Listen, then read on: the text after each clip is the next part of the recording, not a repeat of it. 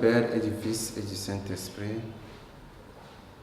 Tu es l'Esprit aux 7 dents, le doigt de la droite du Père, l'Esprit de vérité promis, toi qui inspires nos paroles. Enflamme-nous de ta lumière, emplis nos cœurs de ton amour, affermis toujours de ta force la faiblesse de notre corps. Le Seigneur soit avec vous. Évangile de Jésus-Christ selon Saint Jean. En ce temps-là, Jésus se manifesta encore aux disciples sur le bord de la mer de Tibériade. Et voici comment.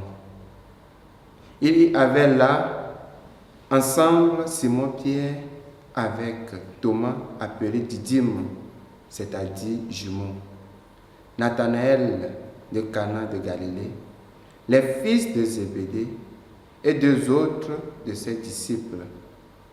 Simon-Pierre leur dit, « Je m'en vais à la pêche. » Ils lui répondent, « Nous aussi, nous allons avec toi. » Ils partirent et montèrent dans la barque.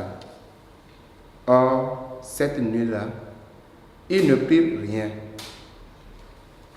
Au lever du jour, Jésus se tenait sur le rivage, mais les disciples ne savaient pas que c'était lui. Jésus leur dit, « Les enfants, auriez-vous quelque chose à manger ?» Ils lui répondirent, « Non. » Il leur dit, « Jetez le filet à droite de la barque et vous trouverez. » Ils jetèrent donc le filet et cette fois, ils n'arrivaient pas à le tirer, tellement il y avait de poissons. Alors, le disciple que Jésus aimait dit à Pierre, « C'est le Seigneur. » Quand Simon-Pierre entendit que c'était le Seigneur, il passa un vêtement car il n'avait rien sur lui et il se jeta à l'eau. Les autres disciples arrivèrent en barque, traînaient le filet plein de poissons.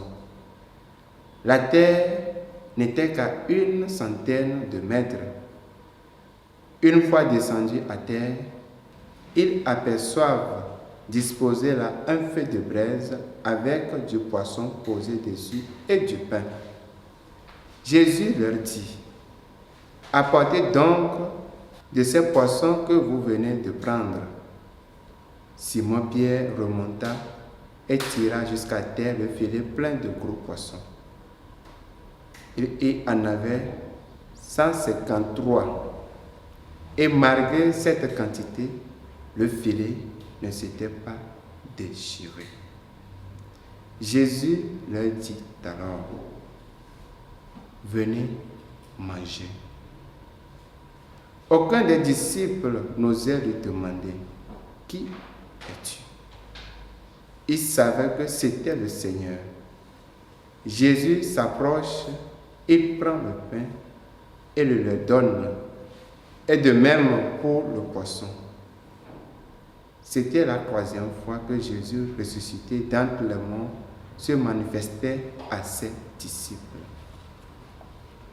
Acclamons la parole de Dieu.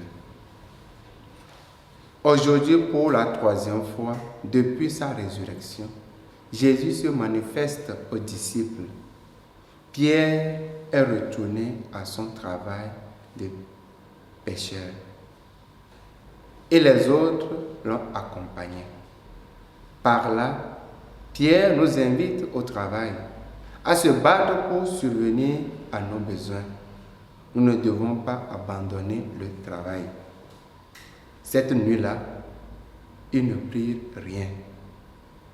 Et quand au lever du jour, Jésus apparaît, ils ne le reconnaissent que lorsqu'il leur demande quelque chose à manger. Quand ils répondent qu'ils n'ont rien, il leur indique où ils doivent jeter le filet. Et bien que les pêcheurs soient au courant de tout et qu'ils aient travaillé sans résultat toute la nuit, ils obéissent. Le pouvoir de l'obéissance. L'obéissance fait des miracles. L'évangéliste nous raconte qu'il y avait 153 gros poissons, mais que malgré cette quantité, le filet ne se remplit pas. Ce sont des détails à prendre en considération.